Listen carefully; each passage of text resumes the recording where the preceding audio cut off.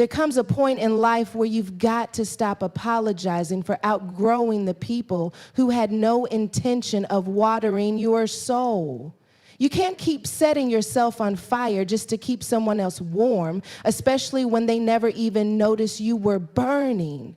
See, the enemy loves to keep us tied to people who don't care about us because he knows as long as you're chasing their attention, you'll never step into your assignment. But today, God sent me to tell you it's time to cut those ropes.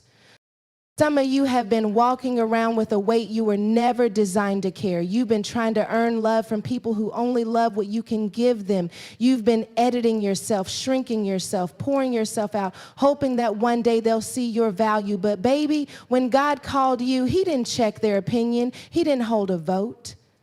And the day you realize their approval is not your oxygen is the day you finally start to breathe. This is not about bitterness, it's about freedom, because when you finally release yourself from the grip of those who don't care, you make room for the ones who do. You create space for the right voices, the right hands, the right hearts to walk with you into your next season. And I don't know who I'm talking to today, but I feel it in my spirit. You've been stuck too long. So get ready, because today we're going to talk about how to stop waiting for people who don't care and start walking with the one who always has. Stop expecting love from where it doesn't live is more than just a catchy phrase. It's a life-altering revelation that many of us don't fully embrace until our hearts have been bruised enough to finally hear it. The truth is, not everyone you give your heart to will know what to do with it. Not everyone you pour into will pour back into you. Some people have never learned the language of love. Others are fluent in manipulation but mute in affection. And some, no matter how much you do, will never give you the love you've been hoping for because they simply don't have it to give.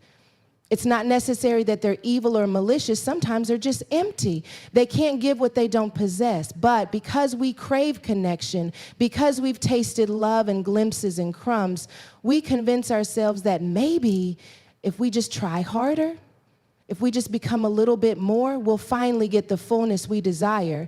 We start overwatering soil where no seed exists, and then we wonder why nothing grows.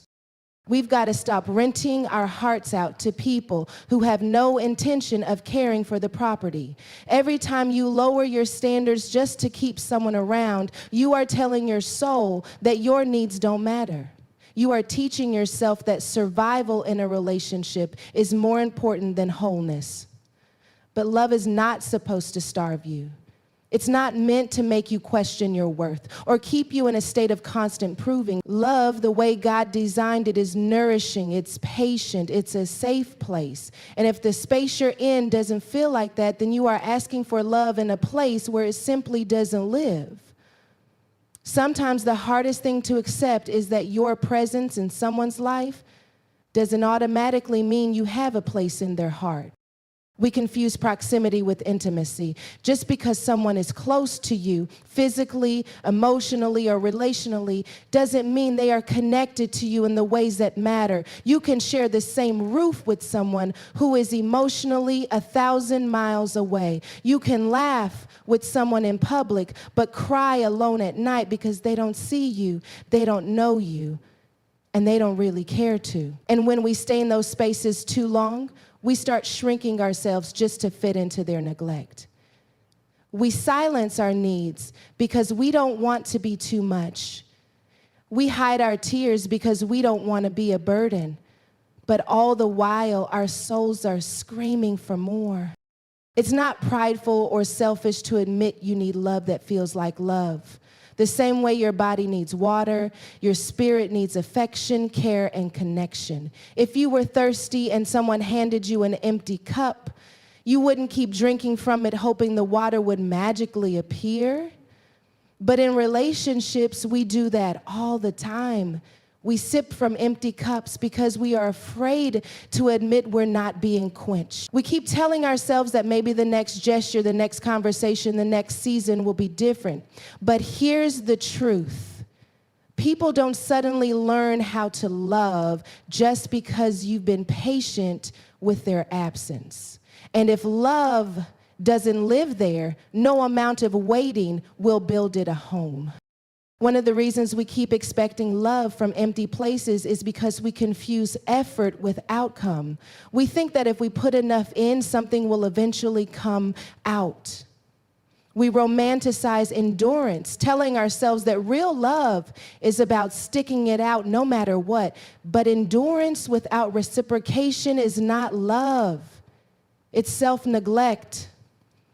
You can't rescue someone from their own inability to love you. You can't serve someone into seeing your worth. And you can't heal someone's emptiness by breaking yourself open just to fill their void. That's not love. That's sacrifice on an altar they don't even recognize.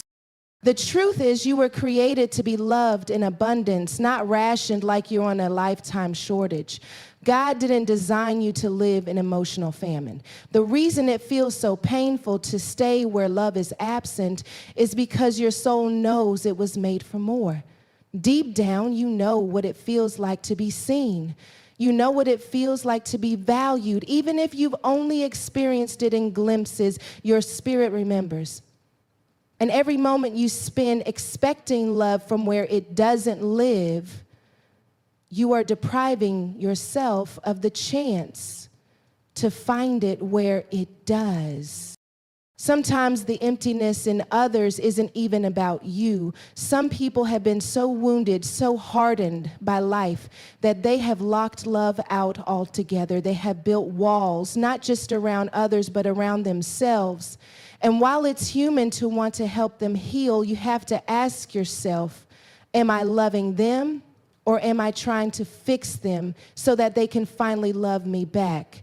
Because those are two very different things. Love is given freely. Fixing is a transaction. If someone can only offer you affection after you've met their list of conditions, that's not love. It's a bargain, and you are paying the price with your heart. We also have to confront the uncomfortable truth that some of us stay in loveless places because it's familiar. Maybe you grew up around people who didn't know how to express love. Maybe you learned early on that attention, approval, and affection had to be earned. So now when someone withholds love, you see it as a challenge instead of a red flag. You think, if I can just prove myself here, it will mean I'm worthy everywhere. But that's a lie. You were already worthy before anyone failed to see you. Your value doesn't fluctuate based on someone's blindness. Their inability to recognize your worth does not diminish it. And so the work is not in trying to convince them to love you. The work is in convincing yourself that you deserve to be loved without the convincing. It's in teaching your heart that you can walk away from empty spaces without guilt. It's in letting go of the idea that their change is your responsibility, because the longer you keep waiting for love from where it doesn't live, the longer you delay finding it where it does. Sometimes the most radical act of self-love is to stop knocking on doors that will never open and start walking toward the ones that already are.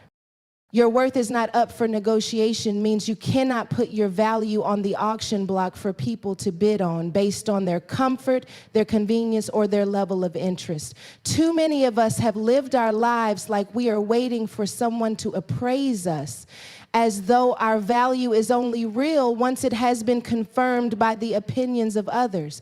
But worth doesn't work that way. Your worth was set by the one who created you. And he doesn't change the price tag based on who's looking. Yet we've been conditioned to believe that if someone treats us poorly, if someone ignores us, if someone walks away, it must mean we weren't enough. So we start adjusting ourselves, lowering our voice here, dimming our light there, trying to make ourselves more palatable, more acceptable, more lovable. But in doing that, we are essentially telling the world that our value is flexible, that it can be altered depending on who's in the room. There's a dangerous trap in believing that the wrong person's inability to see your worth is a reflection of your actual value. Imagine a diamond in the hands of someone who has never seen one before. To them, it might look like just a shiny rock. They might toss it aside, trade it for something meaningless, or keep it in a drawer, collecting dust. But in the hands of someone who knows its worth, that same diamond is treasured, protected, and treated with care. The diamond didn't lose value in the first person's hands, it was simply in the wrong hands.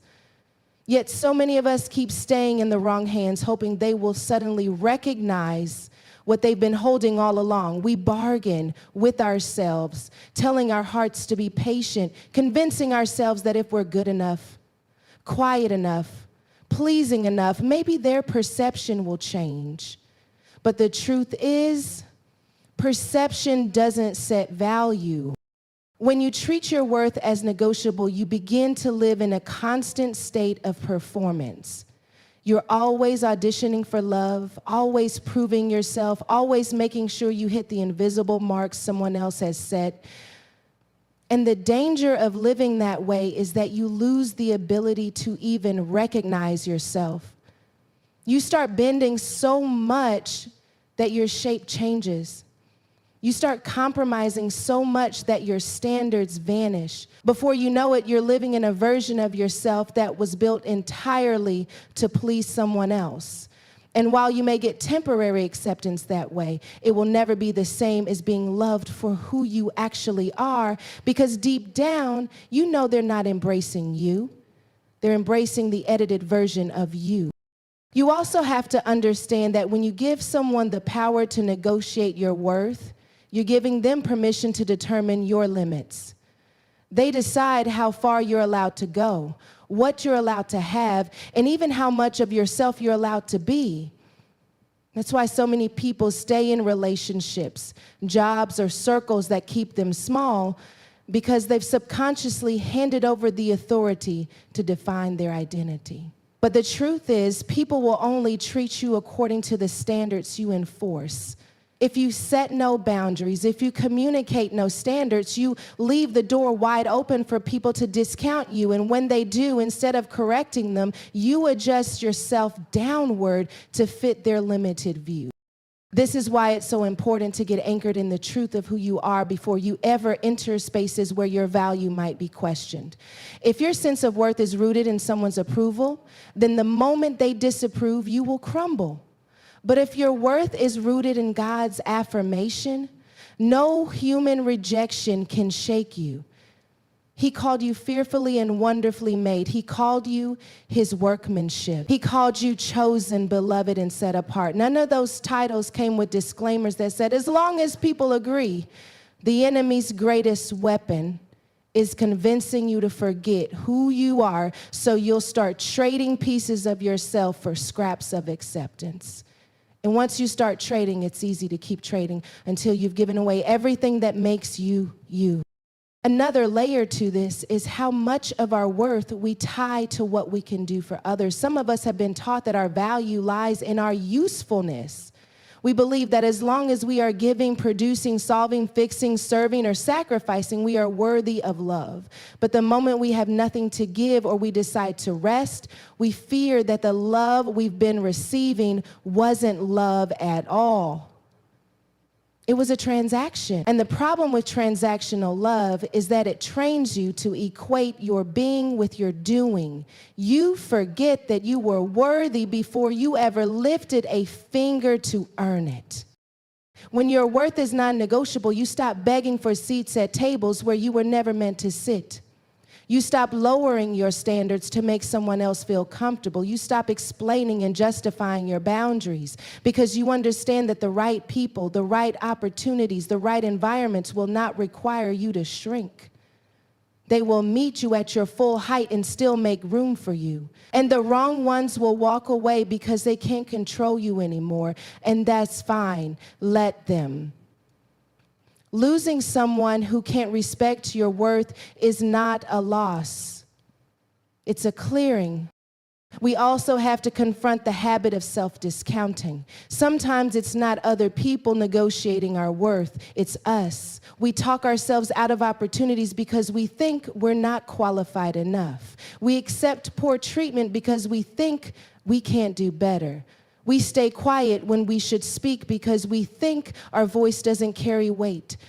Every time we choose the smaller version of ourselves, we are making an unspoken agreement that our worth is conditional. We are acting like our own worst negotiator, setting the price of our value lower than it truly is.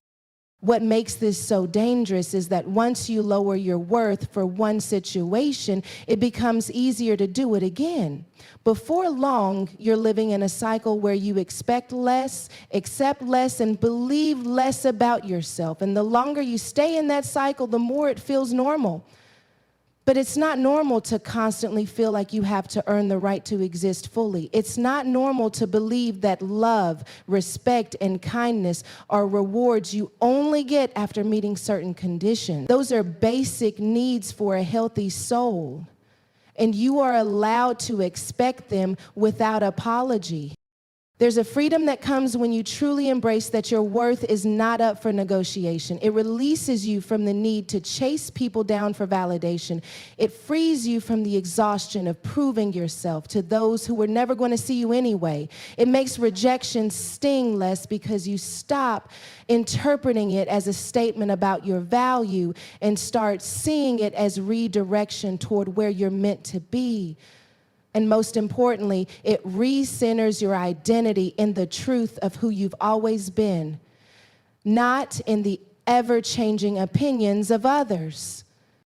Release to receive, let go to make room for better is one of those truths that feels simple when you hear it, but becomes one of the hardest disciplines to actually live out. It's not just about walking away from people. It's about releasing attachments, habits, mindsets, and even versions of yourself that no longer serve where you're going. We often cling to things because they are familiar, because they once brought us comfort, or because we're afraid that if we let them go, we won't find anything else.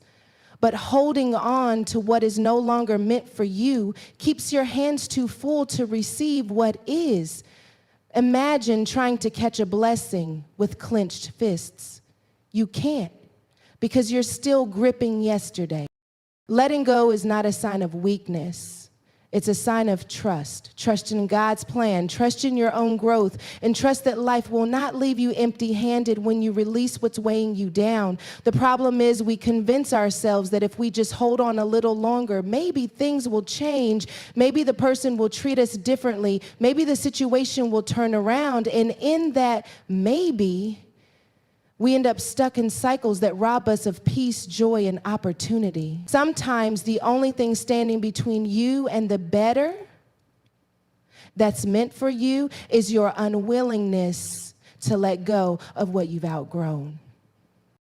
We tend to associate release with loss, but release is really about alignment. You are not just letting go, you are creating space for what is right, what is healthy, and what is in season for you. Think about a tree in autumn. It doesn't cling to its leaves out of fear that new ones won't grow in the spring. It lets them fall because that's the natural order.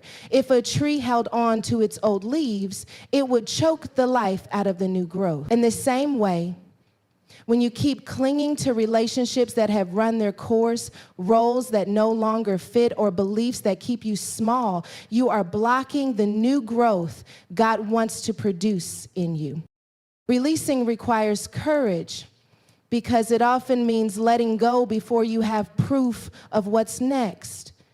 It's stepping out of a relationship without knowing who you'll meet after. It's leaving a job without having every detail of the next one figured out. It's ending a friendship that's turned toxic without yet seeing the healthy connections that will replace it. That space in between, the gap between release and receive, is the part that scares us the most. But it's also the part where our faith is stretched. You can't step into new territory while dragging the baggage of old seasons. Every time you let go, you lighten your load for the journey ahead. One of the reasons we struggle to release is because we romanticize the past. We look at what used to be and remember only the good moments, the sweet words, the hopeful beginnings. We forget the sleepless nights, the arguments, the unspoken resentments, the moments we felt unseen. This selective memory keeps us holding on to people and situations that in reality have been draining us for a long time. Release requires honesty, being willing to see things as they are, not as we wish they could be. And when you finally face the truth, you realize that keeping something that no longer loves you, serves you, or grows you is costing you more than it's giving. Letting go is also about releasing the need to control the outcome. We want to manage every step of the transition to make sure nothing hurts too much, to guarantee that what comes next will be exactly what we want. But life doesn't work like that, and neither does faith. There's a surrender in releasing that says, I trust that what's ahead is better than what's behind, even if I can't see it yet. That surrender is what opens the door for blessings you couldn't have orchestrated on your own. Sometimes the better God has for you won't fit into the plans you've been holding on to, and that's why he calls you to release them first. There's another layer to release that often gets overlooked. It's not just about letting go of external things, but also internal ones. You may need to release resentment you've been holding against someone who hurt you. You may need to release guilt over mistakes you've made. You may need to release the fear that has been keeping you from taking the next step. Internal release is just as important as external release, because what you carry in your heart and mind shapes what you're able to receive in your life. If your hands are open but your heart is still full of bitterness, you're not truly in a position to welcome better. Releasing also challenges your identity, because we often define ourselves by what we hold on to. We say, this relationship is who I am, or this job is who I am, or this role is who I am. And when it's time to let go, it feels like losing ourselves. But you are not your title, your relationship status, or your current circumstance. You are more than what you've been holding on to. Release reveals that your identity was never in those things. It was in you all along. The more you let go of what isn't truly you, the more you discover who you've been underneath it all. The act of release is also an act of self-respect. It says, I know I deserve more than what I've been accepting, and I'm not afraid to walk away to make room for it. Sometimes we think holding on shows strength, but in reality, it's the letting go that proves how strong you are. It takes courage to release something you've prayed for, invested in, or built your life around when you realize it's no longer aligned with who you are or where you're going. That courage becomes the bridge between your current reality and the better that's waiting for you. There's also a spiritual principle at work here. God often calls us to release before he reveals. Abraham had to leave his homeland before God showed him the promised land. The disciples had to drop their nets before they knew the fullness of the mission they were stepping into. Over and over in Scripture, we see that release is a prerequisite for receiving. The reason is simple. What God has for you can't fit into the container of your old life. He's not trying to take from you to punish you. He's making space in you so he can pour more into you. And sometimes the better you're making room for isn't a person, a job, or a material blessing. It's peace. It's clarity. It's self-worth. It's waking up in the morning without anxiety sitting on your chest. It's knowing you're in environments where you are valued, respected, and loved for who you are.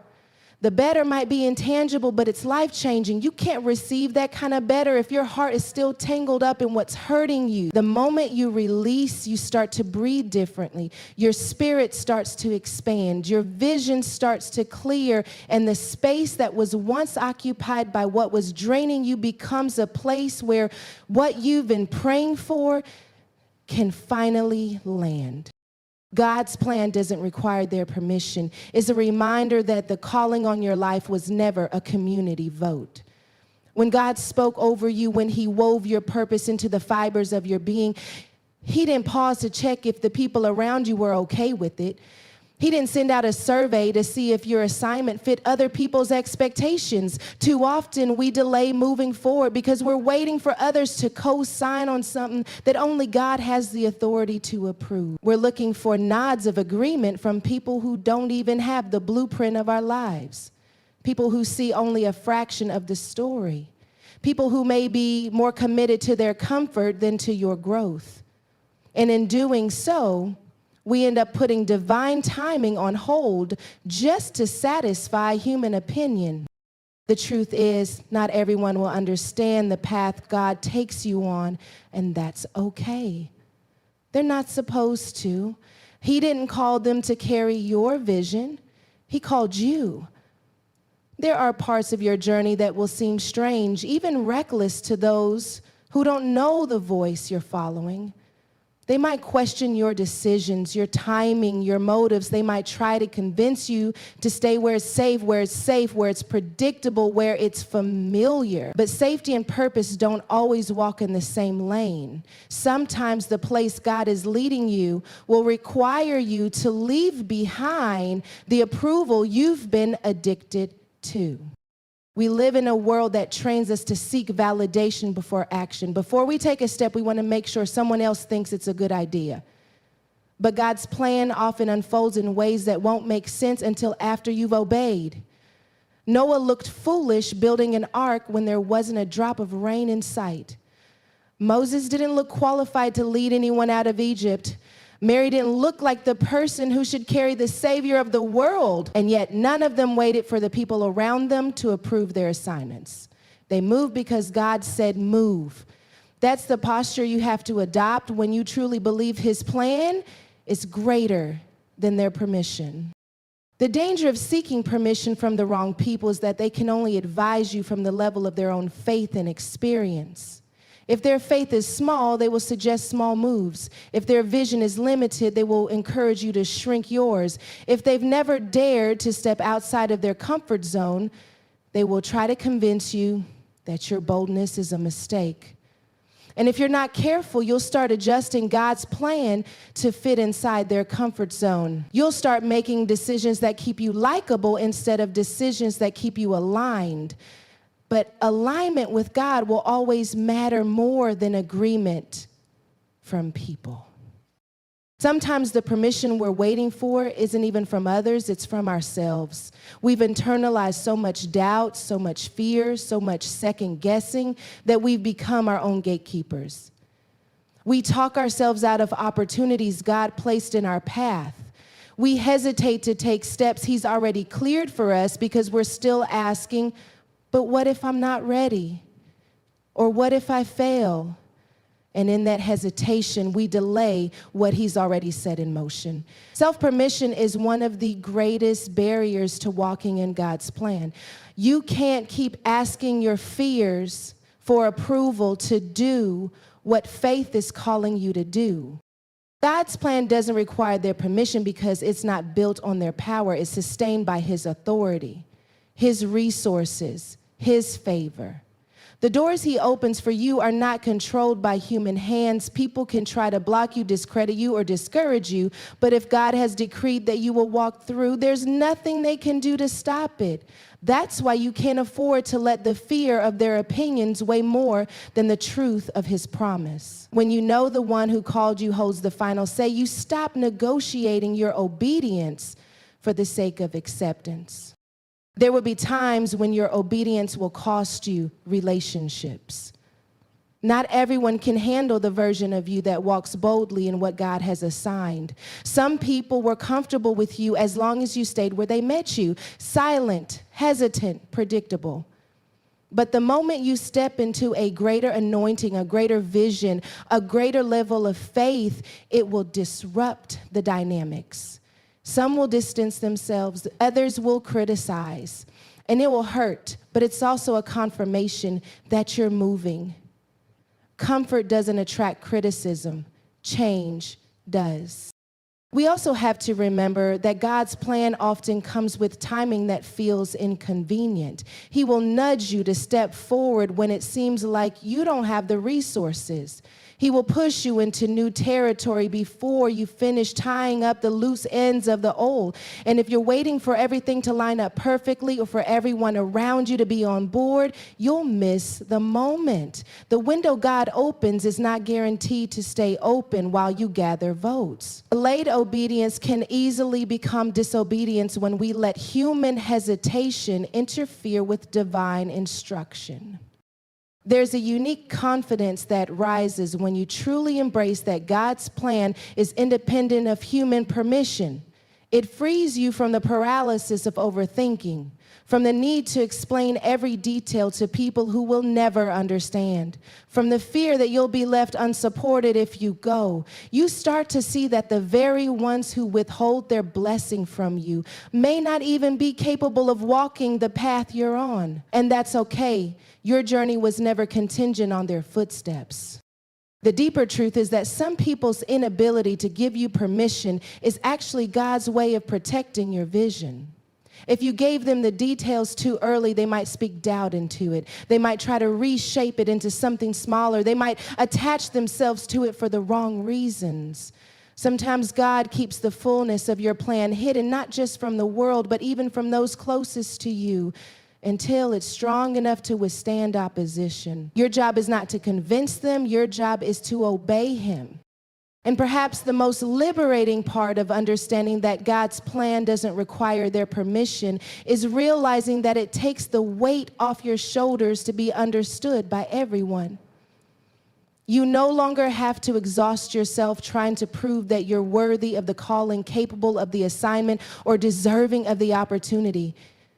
You were chosen not because of popular vote, but because of divine appointment. And once you stop asking for permission that was never needed, you can finally start moving at the pace grace has set for you.